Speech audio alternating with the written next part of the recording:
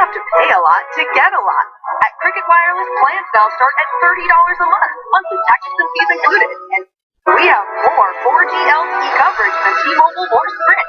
Cricket Wireless, something to smile about. You're not going to die from that. What's that? Because I got to make it to the cleaners and the liquor store. The liquor store? What you going to the liquor store? To buy some wine. This is really about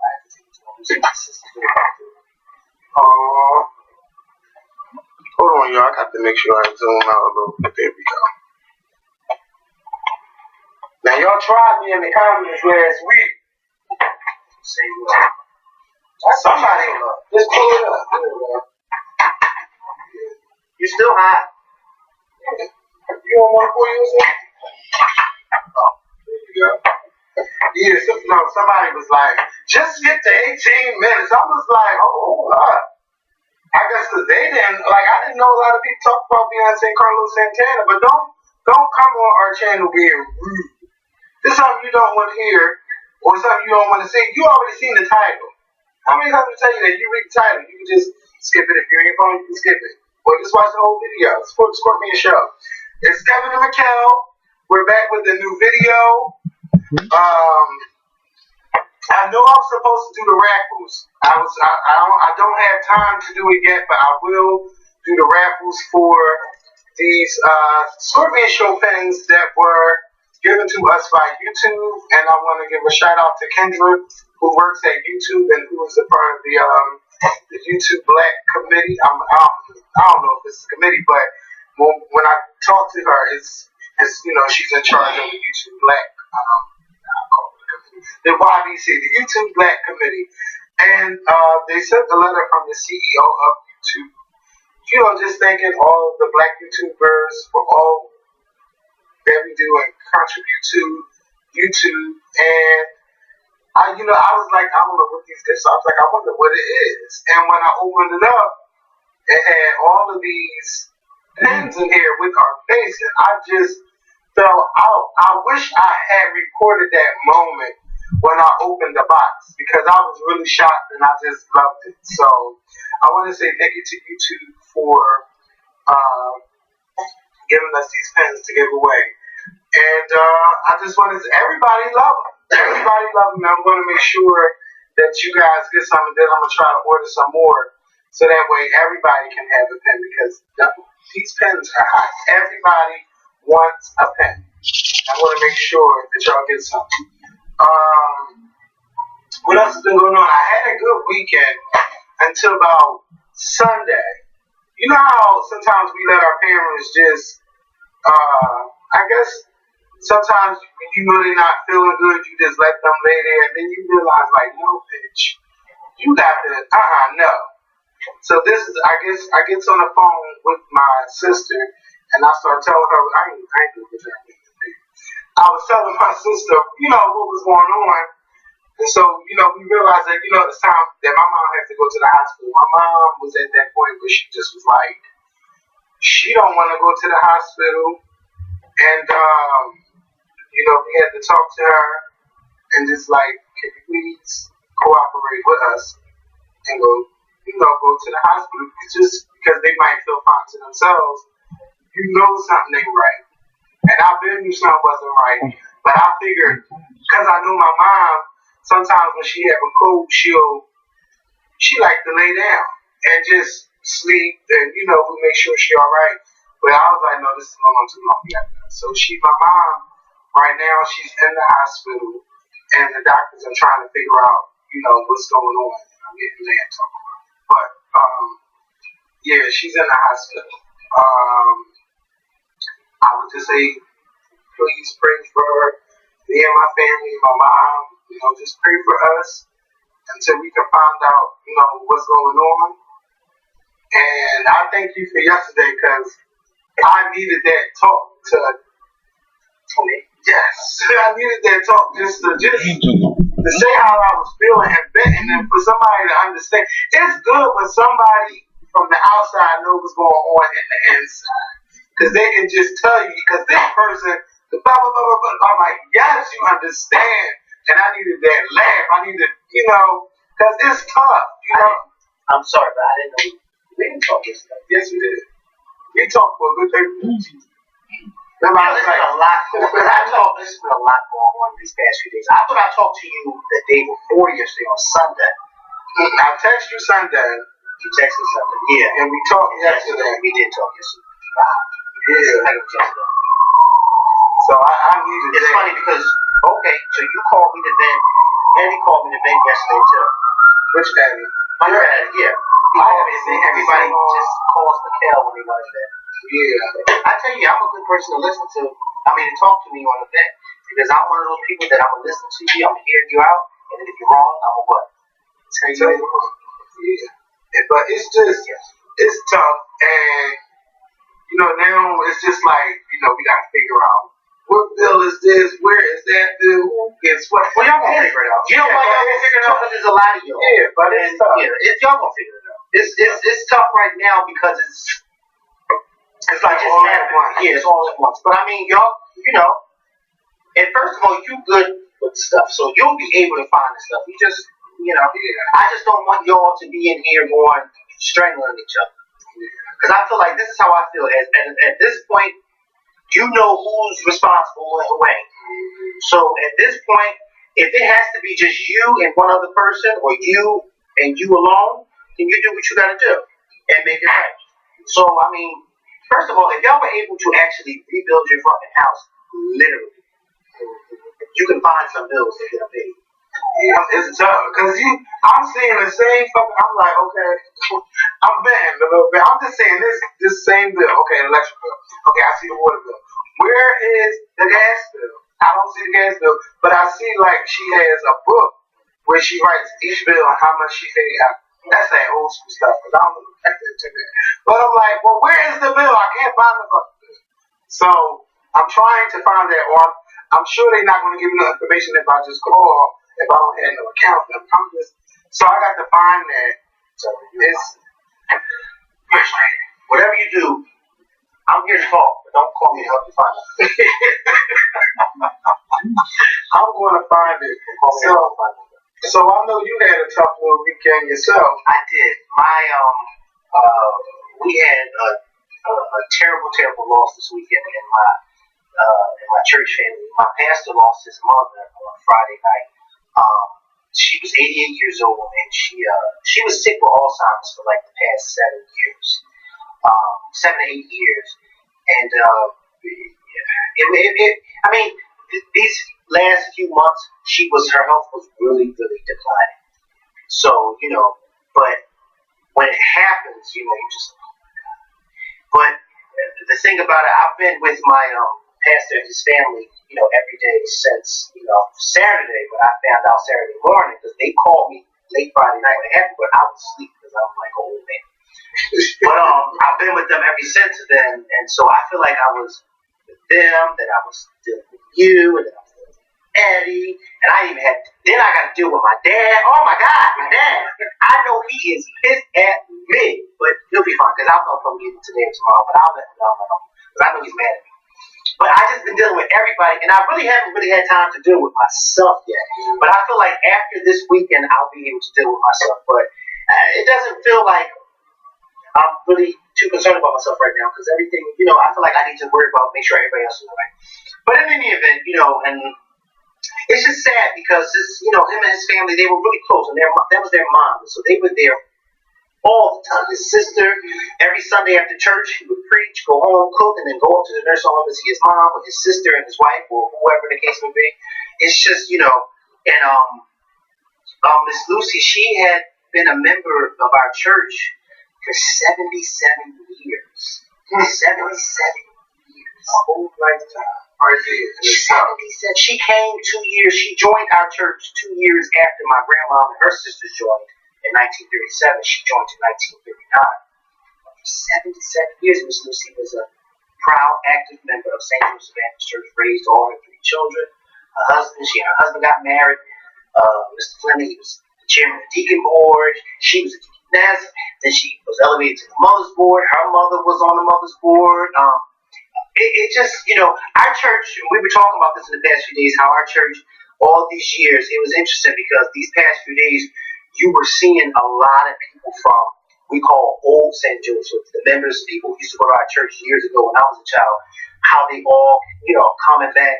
And we're just saying to ourselves, because of the type of person that my pastor is and his family and the church St. Joseph itself, Saturday it's going to be huge. It's just going to be a huge homegoing. And it's like, you already been, our church. We have the sanctuary for it, but it's going to be huge because she was a well-loved person. Like I said, 77 years she was a member of our church.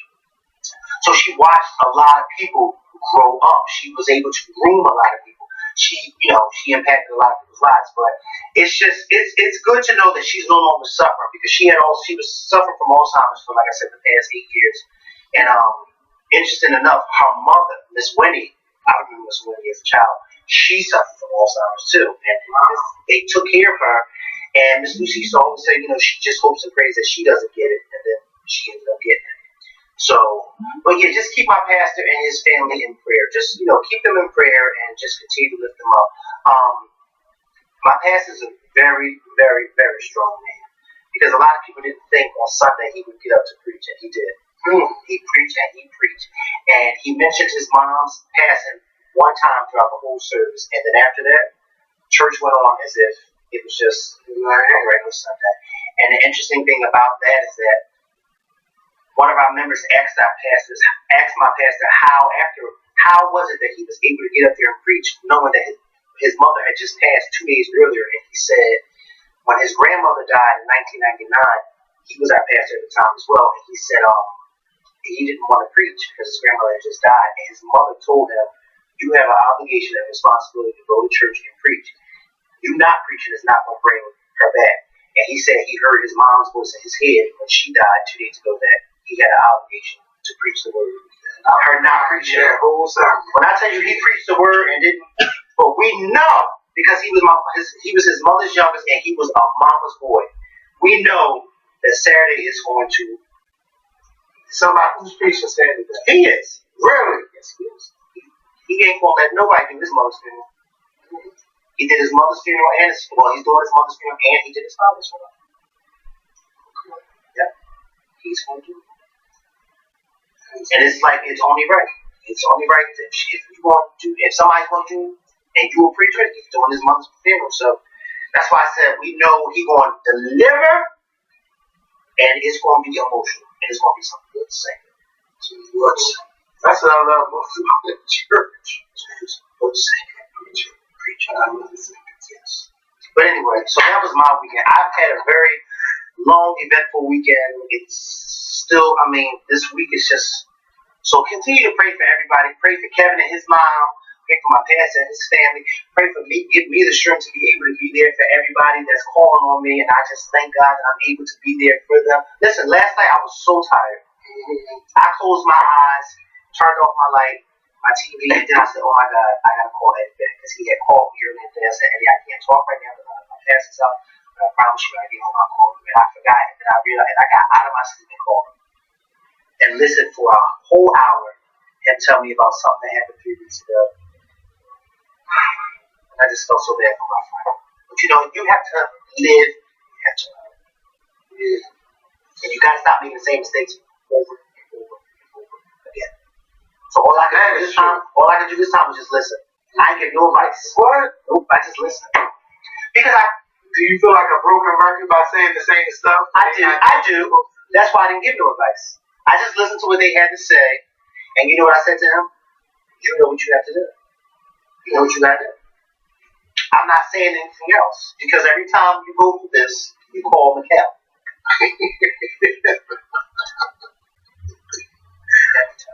Now, a couple weeks back, I asked you guys for some time. Now, there's some stuff that's been going on, but, okay, I don't want to talk about Chris Brown yet. But that nigga is crazy, okay? Come on, what's new? And 3 of the stories involve him. I'm not saying, no, not yet.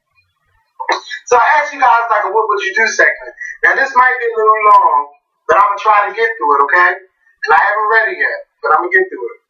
It says, hi Kevin and Mikhail, I'm Chanel and I need your advice. I have a guy friend that I've been knowing about 3 or 4 years.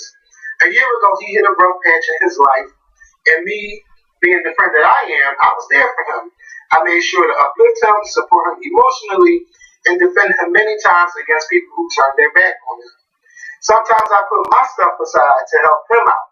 I was literally one of the few people who stood by his side. All right, you let it be known. If he needed something, all right. If he needed something, I got it. If he needed me to do something, I did it. I did all this stuff out of the kindness of my heart. I prayed and cried for this man, and he knows that. Recently, he met this white girl, and I noticed that he's been distant. He doesn't answer any calls, texts, DMs like he used to. He doesn't really come around anymore. The girl he just met hasn't done half of what I've done for him, but I see him talking to her on social media, and he's always out with her. He treats her like she was the one holding him down during his dark time. He pays attention to her and none of the people who's been there for him. He acts like he don't know me anymore. We weren't in an intimate relationship, but I loved him as a friend. I still do, but it hurts to know.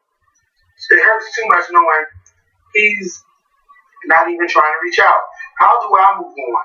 He literally just forgot about me with no explanation, and now I'm sitting here still wondering whether it was still something I did. Is it because he's that type that sees white as more valuable? Was I just being used? Was I too nice? Should I not be caring next time? I know I'm never going to get an explanation. So how do I move on from someone I gave so much love, time, and help to? I would love to hear your take on this situation. And that was a good one. Would you like that or me? I want you to go first. I do all the talk. Okay. Hey, Chanel. Thanks for yeah. Listen. Okay, I'm sure some of you, when he was reading that, saw when my facial expression, when he got to the, recently he met this white girl. Okay. So, Chanel, I'm going to just say, I'm going to start with this.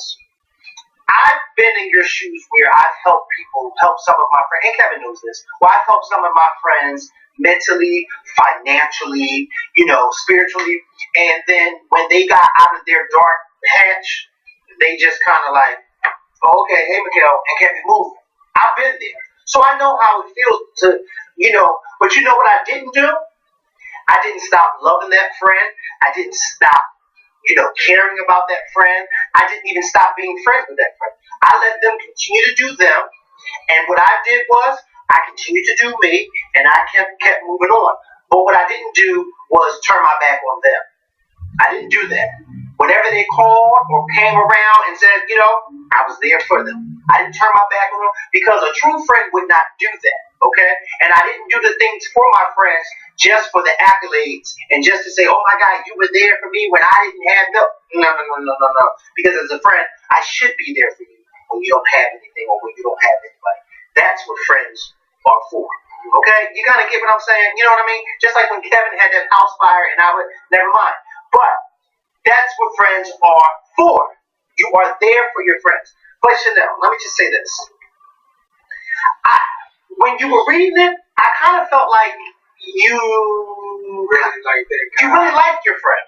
Because there was no kind of, it was no, because I almost was about to tell Kevin to stop, but something said, no, Miguel, don't tell him to stop. Let him keep reading, because there may be a reason why she's using this white girl term. But then you didn't give me another reason. You just said it again later on down the line. But I don't know. It sounds like you kind of liked him in the past, where you may still do like him, and your feelings are hurt because now he's moved on to this white girl. I mean, I don't know why it was necessary for you to point out that his new girlfriend is white. Or the new friend that he met is white. Or the new friend, why didn't you just say he met a new friend or a new girlfriend? Like, I don't know why, because this is 2017. Because everybody's dating every damn body. But for some black woman, it's hard to see a black man go to a white woman. It is, but then it's, for me, I feel like it's hard if you have feelings for them. Because if you're just their friend, you should be happy for your friend for meeting somebody. You should really not have any kind of gripes about him dating somebody out of his race. You're his friend. You're there to support him. So you saying, oh, he's now dating this white girl and he's putting her on a pedestal. Well, why do you feel like he's putting her on a pedestal? That's his girlfriend. Because she ain't getting no attention from him no more. And that's what's eating her up. And I think this is somebody that she really, really liked. Right. And she never even told me that she never even told. Hell, she never told herself that she liked him. She's just inventing herself that she doesn't like him, that he's just my friend. But that whole letter, I'm sorry, Chanel, but it kind of came off as you like this guy, and he just, he's not giving you the play or attention anymore. But this is what happens, Chanel, when your friends meet somebody. I have tons of friends, okay? Tons of them. Who one weekend we all hanging out, and the next weekend I'm like, hello, we going out? No, I got, it's life. I told my cousin the other day, I said, listen, I ain't been in a relationship since 2011. Okay, that's 6 years ago was the last time I was in a relationship. I know what it's like to have a whole bunch of friends dating and having boyfriends and girlfriends, and I'm just like, it's life. Such is life. You have to get used to it. If not, if you don't like it, then get up and find your own damn man. Get a new one. Yeah, or, I think you should have told him that you liked him because it sounds deeper than this. She's like, I'm there, I'm just doing the dark time. Herself first. But she was talking about all the dark stuff. But I'm sure, like, before he had rough times, y'all had good times together. I don't think he just up and just disappeared. But one thing I would say is you should just let him know how you feel. Or, that you feel like he's being distant. Why is he being distant? Ain't nothing wrong with saying, where you been at? Why you being distant? Because I get my friends together all the time. Never get me together. If I don't do something or if I haven't said something in like a week, they get upset. First of all, they get upset if I post something on social media and they don't know about it first.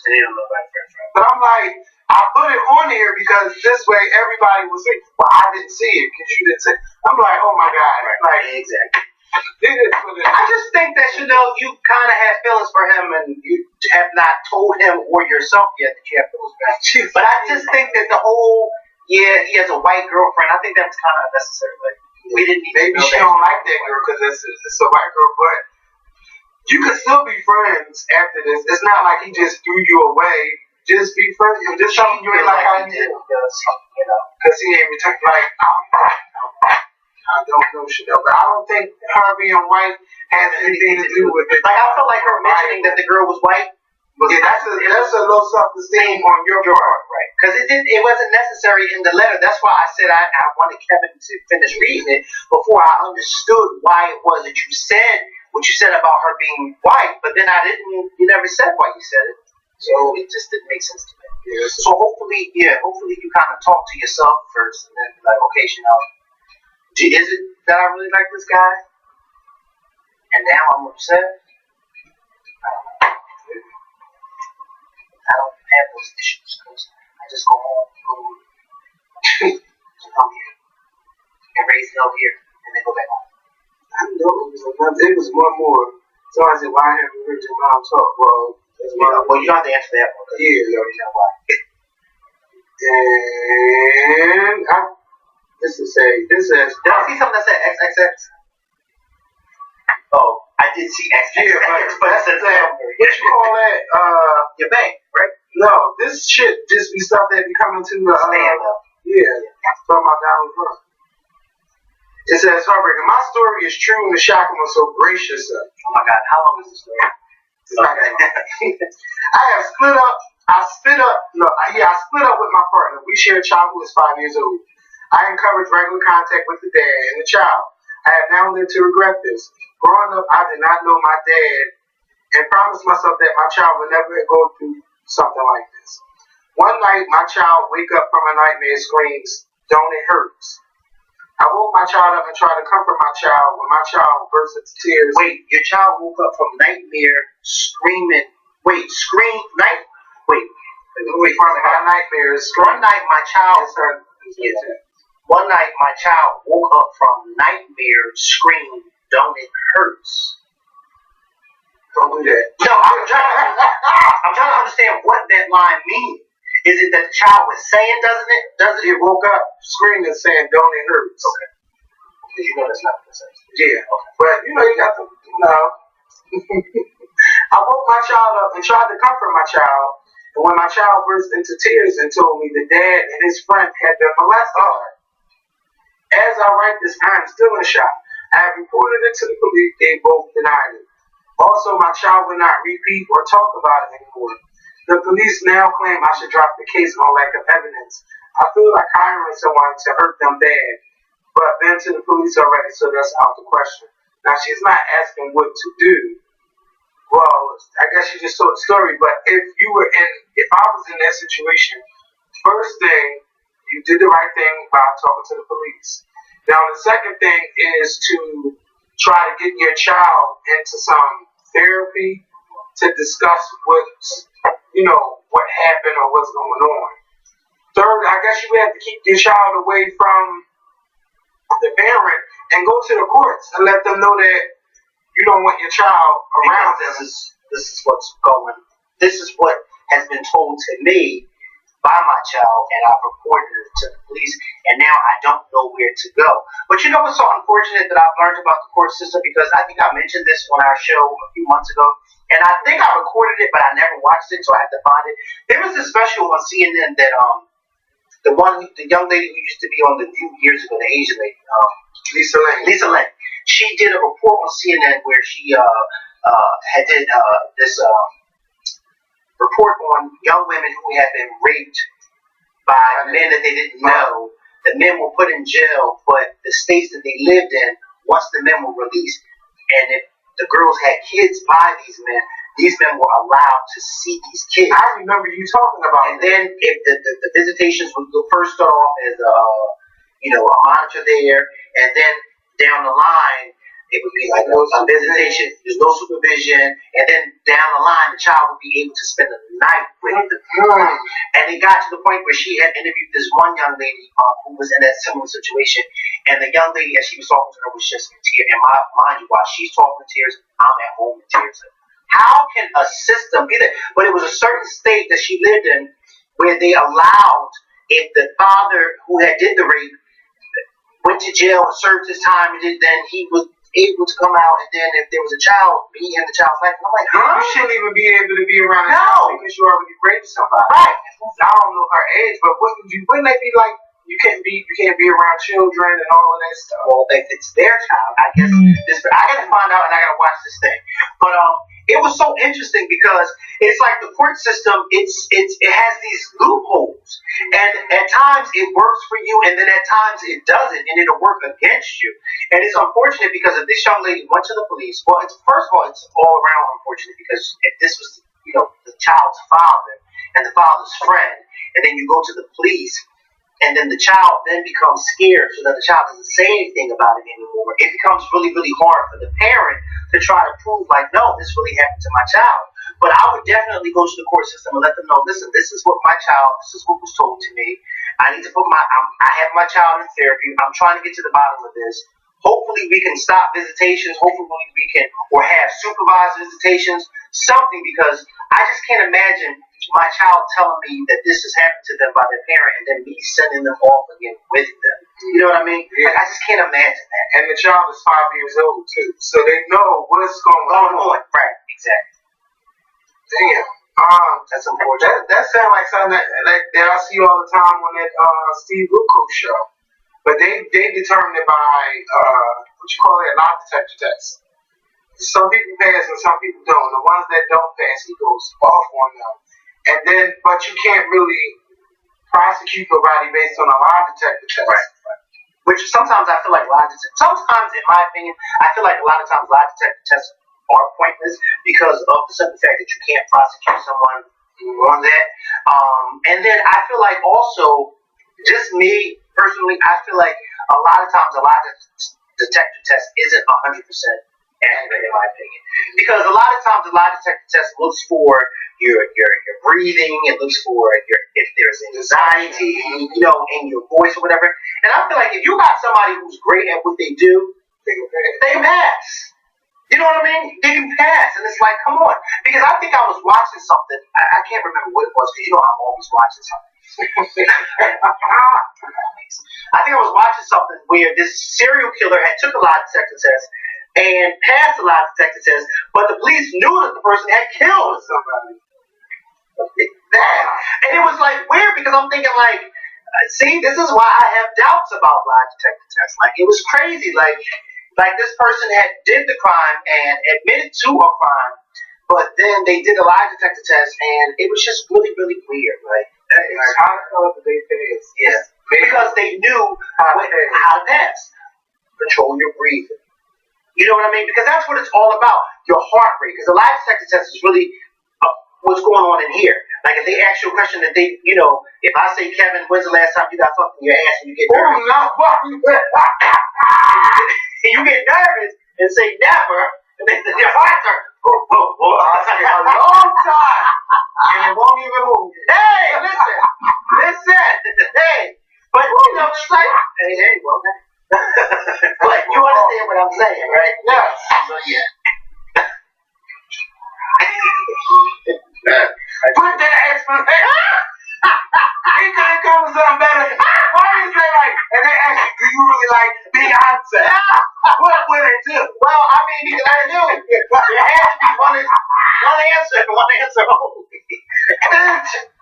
My whole life. Yeah. So if you want to send some what would you do questions in, send it to the Scorpion at thescorpionshow.com. We should ask not high five. City High, we can use what would you do? Yes. But we only use that though, because the rest of it says what would you do? And the son's at home crying alone on the bedroom floor because he's hungry, and the only way to feed him is to sleep with a man for a little bit of money, and his dad is gone somewhere in the down. Somewhere smoking rock down, I ain't got a rock down. Oh, bitch. I ain't got a job then, right? So we're smoking rock now in a lot of lockdown. I ain't got a job now. So for you, this is just a good time, but for me, this is what I call life. That was the bomb back in the day. It was only the bomb with that one fucking song. No, they had a couple of songs that came and went, but that was the only big one. And then I love Two Wrongs with Claudette and Wyclef. That was the song. Now listen. I love that song with him and her. But I always said to myself that if it was to be done over, I could see Beyonce killing that with him. Because I don't know what Claudette sounds like now. She still sounds the same. She does? She's actually on the Tyler Perry play. She sounds great. But I would love to hear them do that live. Him and Claudette. I would love to hear them. Because I'm sure she can sing it. But I like Claudette. But you don't want to change. But you know how. No, I don't want to change either. I'm talking about live anyway. I'm not talking about recording. I'm just saying live. But you know how sometimes when you have a favorite song that somebody sings and then years later they sing it and you're like, oh, I hope they sing it or kill it, and then sometimes they kind of disappoint. Yeah. Like I feel like I don't want her to disappoint me. Not. I haven't heard her sing. With her new vocal, Beyonce's vocal, she would kill it. And that would kill it too. Yeah, but see, that's the thing. I haven't heard Beyonce. I mean, not Beyonce. Claudette. I haven't heard Claudette in a long time. Yeah, that's why I said Beyonce because I haven't heard, and I wouldn't want Claudette to disappoint me. But if you say she can sing, yes, I would believe you because I mean I know for a fact Tyler Perry ain't hiring no non-singers on his play. Yeah, so I believe you. I take your word. Okay. Yes. And who else? What's that other one with Wyclef? He always got them good duets. With the Mary J. by Someone Called 911. Someone called 911. Wyclef, you need to do an album of duets. Like bring it back. And get them people back their money and hate you. I don't know nothing about this, so I ain't co-signing. Well, allegedly. I ain't co-signing. But I want to give a shout out to Rihanna. She set a new record for herself. She has 30 songs that have been in the top 10 of the Billboard Hot 100, and she is now up there with Mariah Carey, Madonna, I believe it was the Beatles, with the most. And so she was tied with Michael Jackson for 29. So now she's in a whole new. I think if she keeps, well, not I think because I know that it happened. She keep making them great songs that she did on Anti, she'll surpass all of them. Yes, you know what I mean? Because, like I said before, I may not be a big Rihanna fan, but I get the fact that she makes really good songs, really good catchy songs, really good party songs, really good club songs. So it's like you can't deny that at all. Yeah, I want to come out with a greatest hits album because I think it's time too. I know. I think Rihanna has but I think she has about 2 more albums, maybe even 3, until we get a greatest hits. Because you never know. Some of her good hits may not be. This is my sister. Hold on, y'all. Hello?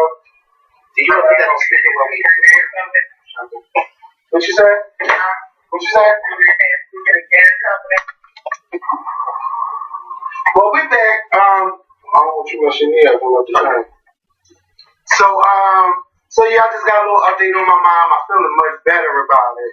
I still gotta keep praying on it. So we just want to say congratulations to Rihanna on that. It looks like the Chris Brown, the Soulja Boy fight is off. It looks like they will not be fighting because Chris Brown will not sign the contract. Everybody that's dealing with the fight have signed the contract except Chris Brown. But I still think that is stupid. If y'all was gonna fight, y'all shouldn't have did something. But the problem, but you know what the crazy part is? And I'm sure it's probably Chris Brown's people, the same people who should be telling him not to be out here acting a fool, probably told him don't sign it. But the crazy thing is, a lot of people were actually rooting for Chris Brown. Yeah. They were rooting for him. I want to see him a double KO. They both. So did Soulja Boy sign? Soulja Boy signed. He said the only person holding this up is Chris Brown. Everybody else is signed. He said he's a punk pussy, all this stuff. But so why he's gonna have this over Chris Brown's head? Yeah, since you did not sign the contract and you didn't want to fight. When Chris Brown was the one who said, that's right, and I'll beat your ass and all this thing. Chris Brown, don't play with shit. They're not clones. This is stupid, and I'm glad they're not fighting. Then Chris Brown is following Rihanna's best friend, Melissa. I believe, her last name ain't for it. It can't be Melissa Ford. That's the other. So, Chris Brown, you know, he was following her and just saying, like, you know, she will always be my dog and all this and that. Chris Brown, you have to leave people alone. And then Karrueche has filed a fucking restraining order against Chris Brown because he threatened to kill her. Like, Chris, allegedly, Chris. Then some more Chris Brown news. Chris Brown is going on a party tour with 50 Cent in them. Because I don't remember the other names. So Chris Brown, all this coochie that's going to be thrown around at you on this tour, you going like on a 40-city tour. And you worrying about Rihanna and Karrueche. I seen this video clip where you said that when they fuck with you, they fuck with you for life, like they ain't going nowhere. Chris, you got that. I mean, go. I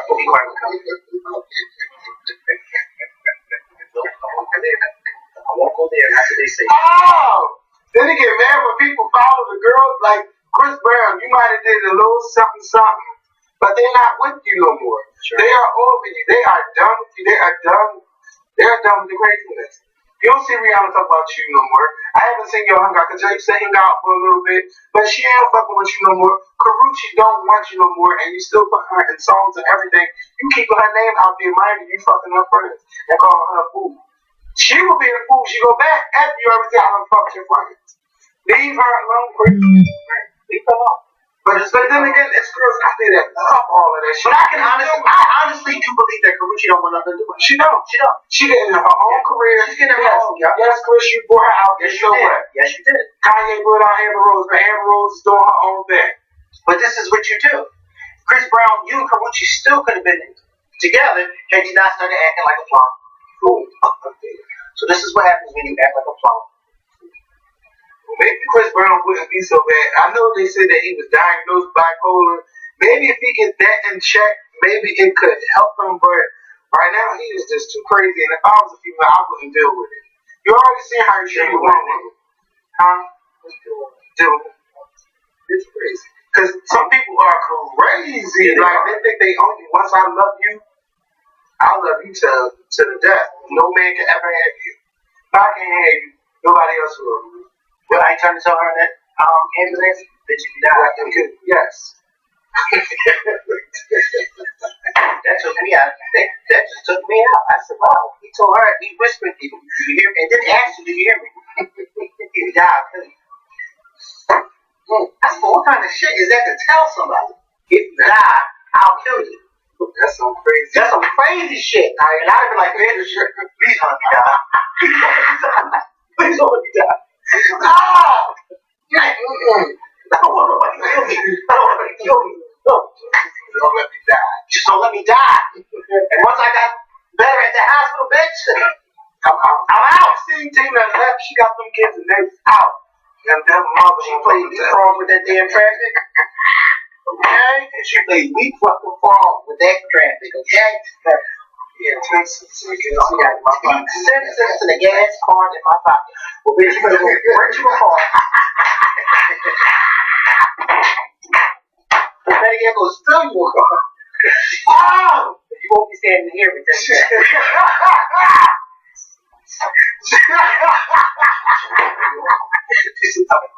I promise you. He said, Miss Turner, it's okay. I said, well, listen, Miss Turner, I'll let you use the phone and call somebody. Maybe they can wire you some money. Bitch, you want me fired the next time. Listen, Tina came here and beat the fuck up. Tina Turner came to this hotel, beat the fuck up, and that guy told her, what you want me to do? He gonna come here and get me. If I put you in a room and he come in here looking for you and the price is right, I will tell him which room. This amount, she's in 5405. You gotta take that element, not that one, because that one moves a little faster than this, okay? You ain't shit.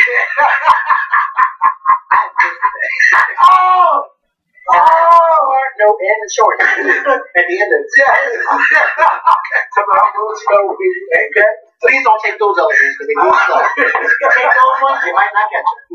Oh, shit.